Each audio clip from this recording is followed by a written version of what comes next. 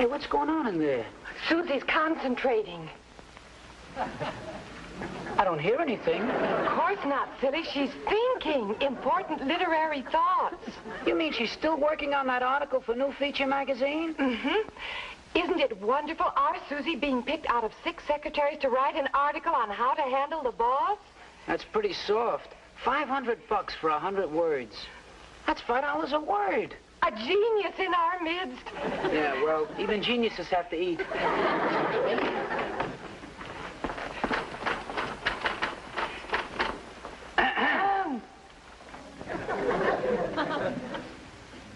Oh, hello. Wooing the muse, Susie dear? Wooing it, but not wowing it. Isn't the inspiration flowing? Like glue, after 6 days over this hot typewriter, I've come up with exactly 8 words I'm satisfied with. How to Handle the Boss by Susan MacNamara. Hey, make it Susan Camille MacNamara. Another word, another $5. What seems to be the trouble? Arthritis in all 10 fingers. I know what I want to say, but when I try to write it down, it comes out as inspired as a plate of stale popovers. What you need is nourishment. I brought you today's Blue Plate special. Fish cakes. Oh. Fish is brain food, Susie. Maybe it will help. You mean all Shakespeare had to do was eat a fish cake that came up with Hamlet? Now, you'll get it, Susie. But I've got to get it by 6 o'clock tonight. That's the deadline. The 5-star final deadline. Hey, Susie, you gonna mention me and Vi? Well, of course. How could I write an article about this office without mentioning you two? Besides, Vi Praskins and Tommy Simpson make 4 more words. Come on, Tommy. She needs peace and quiet. Now, you just keep thinking, Susie. The muse will come. I hate to disturb our office genius with mundane business routine, but may I inquire if you've typed those contracts for Ivy Warren? Well, not yet, Mr. Sands, but I'll have them in just a few minutes. Miss MacNamara, you were going to have those contracts in a minute, yesterday noon. I know, Mr. Sands, but I've been trying to finish this article. It has to be done at 6 o'clock tonight. And I have to have those contracts now. Oh. But if you only knew the nice things I'm saying about you. How to Handle the Boss by Susan MacNamara. I'm Susan MacNamara, and I have the best boss in the world. Generous, kind, understanding, tolerant. Oh. Did you really say that, Susie? Well, I'm trying to. Oh, and you don't mind if I mention that you're very good looking, do you? Oh. Well, let's not get carried away, Susie. Now, where was I? Well, you were very angry with me, but I talked you out of it. The photographer's here. We don't want any. Well, he's for Susie from New Feature magazine. You Susan MacNamara? Oh, yes, that's right. Are you her boss? That is a moot question. Well, I can use you in one of the shots. Mr. Moot. The name is Sands. Yes, well, I'll get all that later. Now, let's see. What can we shoot? Well, how about Mr. Sands dictating to me? Oh, very original. All right, Mr. Sands, just step around over here, please. All righty.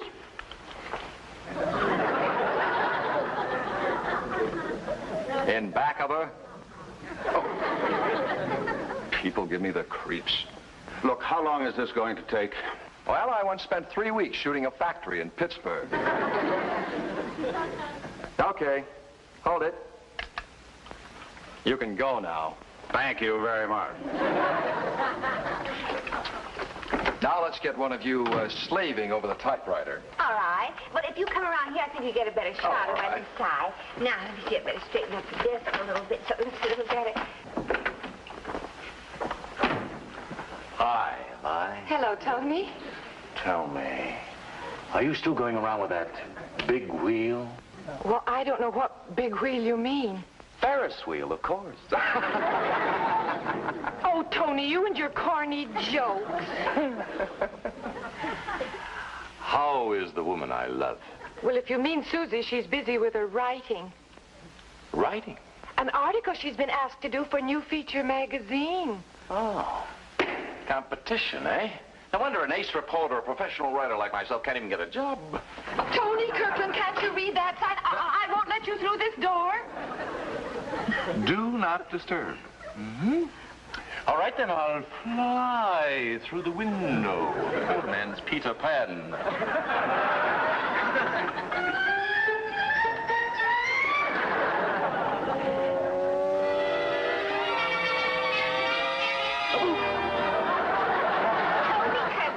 People.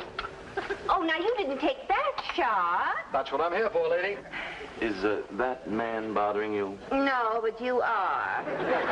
Well, is that all you're going to take? Oh, that wraps it up. Oh, but that last shot wasn't any good. Lady, if you want pretty pictures, go to a portrait photographer. That's what I like about photographing machinery. At least you don't have to put up with any beeps from a blast furnace.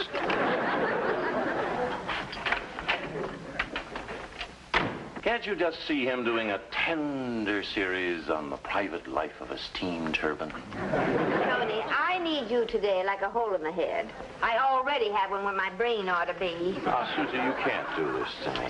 I've come all the way up here to weep on the loveliest shoulder in town. And perhaps negotiate a small loan till I can get another job. Have we lost our little job again? Mm-hmm. Drum right out of the city room. Asked to turn in my press card. And what brilliant bit of clowning backfired this time? Just those stories I fed the society editor about Sir Simeon of 12 Trees leaving Africa to live in the United States. You know, I was getting quite a build-up for Sir Simeon until I found out he was a new ape at the Central Park Zoo. Tony, when are you ever going to grow up? As soon as you marry me. Not today. Oh, well, Lamara. I have got to finish this article. Article? Oh, yes. Vi told me about your being an author. Trying to be. And I've got just 4 hours left to make it. How to handle the boss? What's so hard about that? Oh, everything. When I think of those thousands of people that are going to read this article, I get goose pimples instead of ideas. Writer's fright, my dear. A very common disease, especially with amateurs. Why don't you let me help you? Yes, you could, couldn't you? No, that wouldn't be ethical. Well, what's unethical about it? People use ghost writers all the time. Yes, they do, don't they?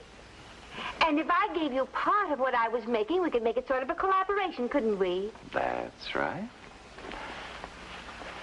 And it would save me the embarrassment of having to borrow money from a lady. Yes, Mr. Sands? Susie, are those contracts ready? They'll be right in.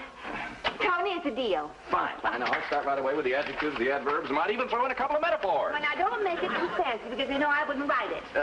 Leave it to me. All right. Say, how about this for a start?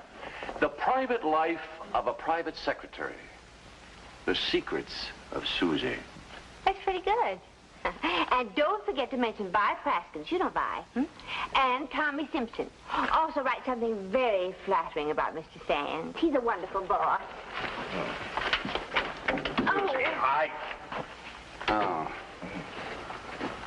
Oh, Mr. Sands, this is Tony Kirkland, an old friend of mine. This is hardly the day to be greeting old friends, Miss MacNamara. Now, take those contracts in the office and we'll work them out together. Yes, sir. Wait a minute. Get the cost sheets, the file on Ivy, the file on Nat Wilson, et cetera, et cetera. And clean up this desk. Yes, sir. Excuse me. Need a Geiger counter to find anything on it. Yes, sir. Now, let's get going. Yes, sir. And stop saying yes, sir. Yes, sir. No, sir. Nice man. Well, this just isn't his day. Now, come on, do the story. And try to make it good, will you, Tony? Please, writing is my business. Except when it interferes with your pleasure. Susie, come in here. Coming, sir. Go on, now, write. Yes, sir. No, sir. Yes, sir. Yeesh.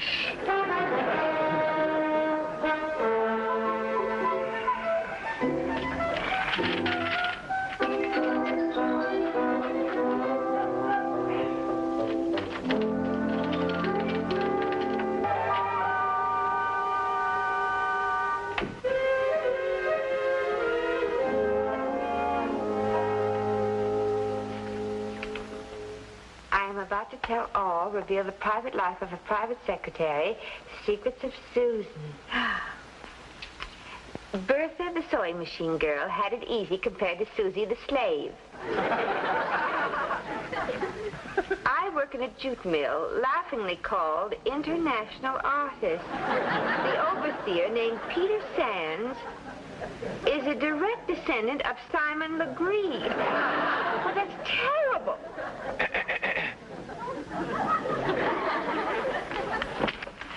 Why, you...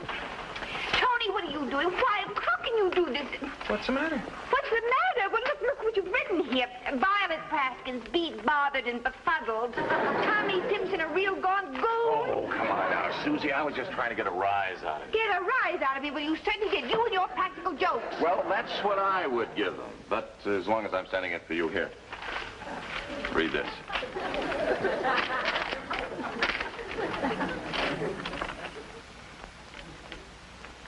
Well, this is more like it.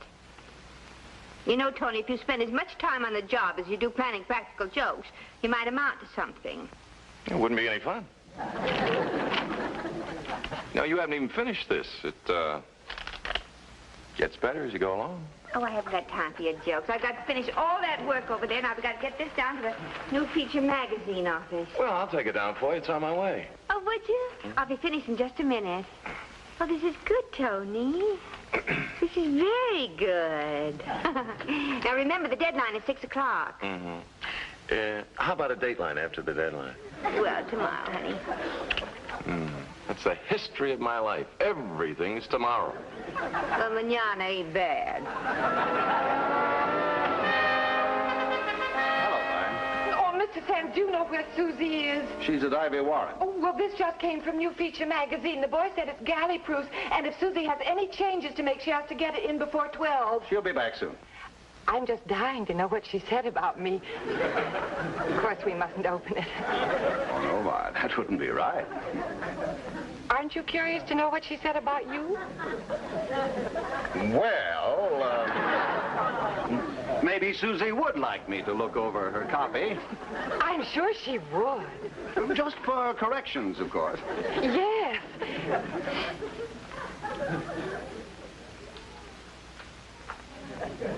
Mr. Sands, what's the matter? Listen to this.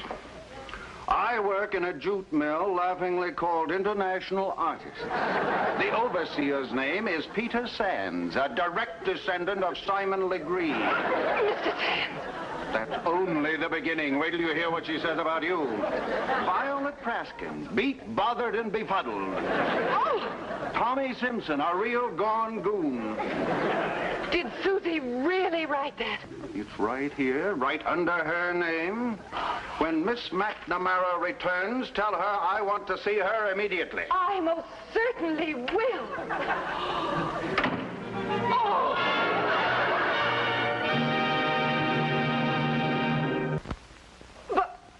But that's exactly what it said. Tommy Simpson, a real gone goon. A stab in the back. Hi, everybody. Miss MacNamara, if you have anything to say to me, I prefer not to hear it. It's a business matter. You can communicate it to me in writing. Well, Mother, what's the matter? I'm quite sure you know. Tommy? Well, what's with you? What's wrong? Miss MacNamara, you may take that up with my lawyer. I intend to sue. And Mr. Sands wants to see you in his office. Immediately.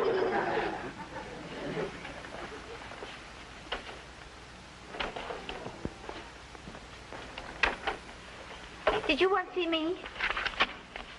I certainly did. Nice going, Miss MacNamara. Now, why is everybody talking in riddles?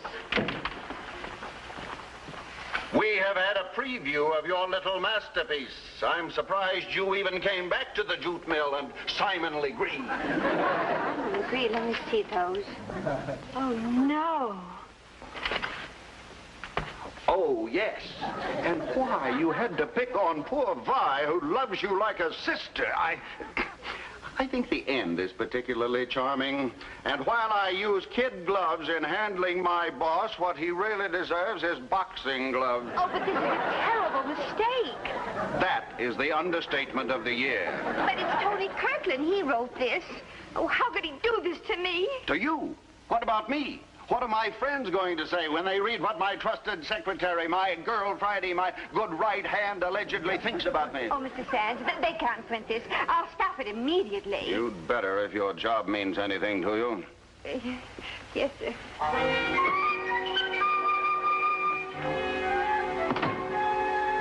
Tony, how dare you come here after what you've done? I know. You've seen the proofs. And so has everybody else. If this is your idea of a joke. Believe me, Susie, it isn't. The first I knew about it was this morning when I discovered this in my pocket. This is the stuff you okayed. Obviously, I sent him the gag stuff by mistake. Well, what are you doing here? Why aren't you down at a new feature magazine? Well, I'm afraid it's too late. Too late? Well, look, as soon as I discovered my mistake, I called Marshall, the editor. He told me 12 o'clock was a deadline for changes, and, well, he was locking up the forms when I called. Well, you just have to have him unlock them. But it's not as easy as that. Each form has 16 pages. If you tear out a story, you have to replace it with something. Respace. It takes hours. Now, believe me, the only person who could stop this story now is the old man himself, Walter Light, the publisher. Well, call him. Oh, look, Susie, we wouldn't stand a chance. He isn't going to listen to a little reporter like me or a one-shot contributor like you. Well, he's one of the most important men in the country. There is something you can do. You can get out of here, and I never want to see you again.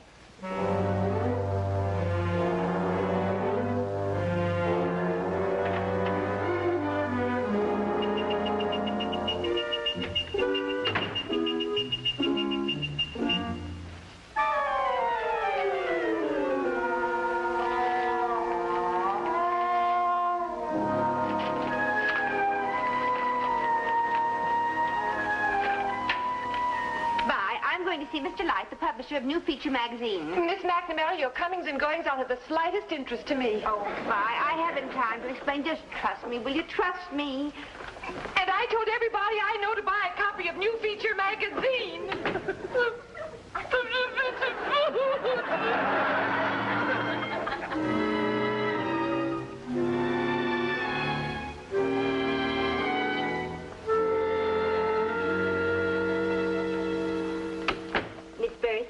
It's Mrs. Birch.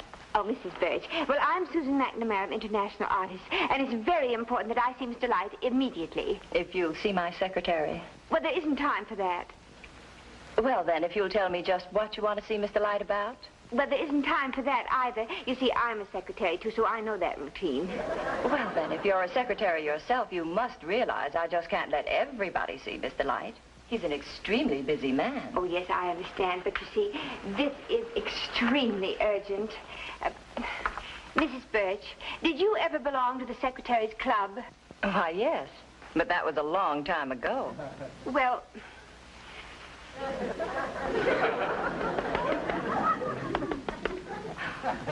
That's the distress signal, isn't it? Yes, SAS, save a secretary. And never did a secretary need saving more. Mr. Light is on the telephone to Rome. I'll let you see him as soon as he finishes. Oh, I don't know how I'll ever be able to thank you. And Rome is off. Paris will be on in 5 minutes. I'll sandwich you in between them. Oh, thank you. So that's how it happened, Mr. Light. It was a silly, practical joke for which I wasn't responsible. Except instead of writing the story yourself, you hired a ghostwriter. Yes. A ghost that'll haunt me for the rest of my life if you print that story. But, Miss MacNamara, the forms are locked. We're ready to go to press. In order to throw this story out now, it would mean many hours delay, disrupt our schedule, and cost a great deal of money. But it can be done. You've done it before. In the case of a big news break, yes. But, well, an earthquake, for example. But this is an earthquake. A rather personal one, I imagine. Besides, in its way, it's rather a funny article. It'll sell magazines. Oh, Mr. Light, something as cruel as that isn't funny. Besides, it isn't true. Mr. Sands doesn't treat me as an outcast. He treats me as a partner. That's rather well put. Yes, and the others are partners, too. So junior partners. Why, Violet Praskins is the first line of defense in our office. And Tommy Simpson, he's a wonderful boy. His name may not mean much now, but it will in the years to come when it's in gold letters in the door of his own office.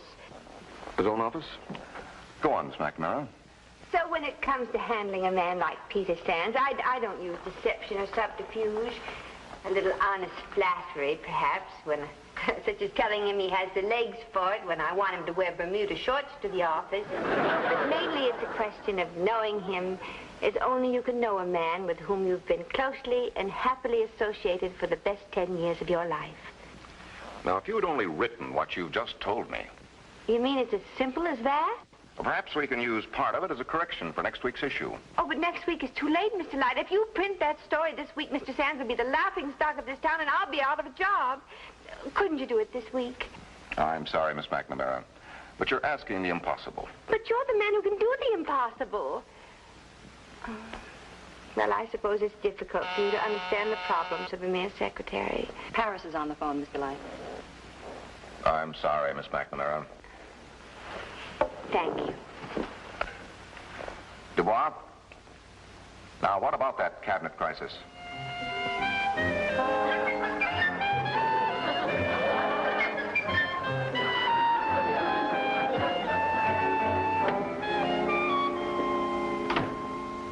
Call me back as soon as you find out. Wouldn't surprise her to know that I started here as a mere secretary.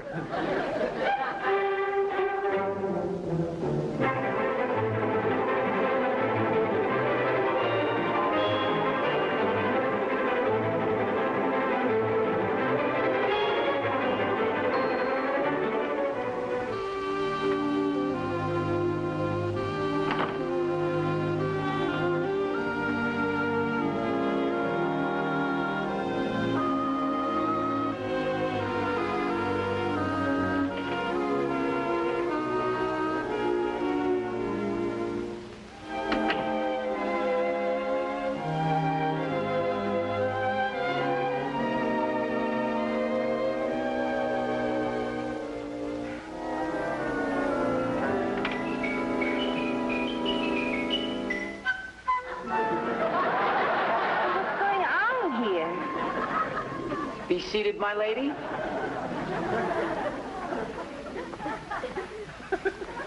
I have bought 100 copies. I'm sending them to all our clients.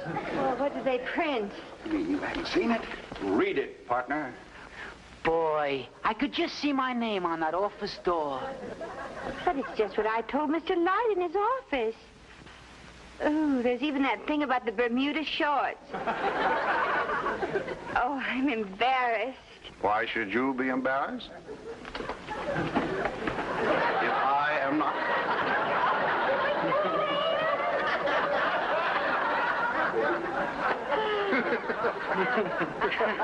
Well, you do have nice legs. And these just came for you. For me? No. Oh, aren't they lovely? I am finally convinced that practical jokes are completely unpractical. But how did you do it? Tony. Yeah, how did you do it? I understood they were ready to go to press. But I don't even know myself. Did you see this blurb by Light? These articles by 6 well-known secretaries have the personal endorsement of Mr. Walter Light, the publisher, who himself started out his career as a secretary. As a secretary. As a secretary. That's it. What, Susie? Tommy, would you mind doing me a big favor? Susie, for you, anything. Oh, now, would you take these roses up to Mr. Walter Light at the new feature magazine? Sure. Mm-hmm. And when you give them to him, make this sign. Here, here, so. Got it? Yeah. That's secretary talk for you're the most. Mr. Light will understand.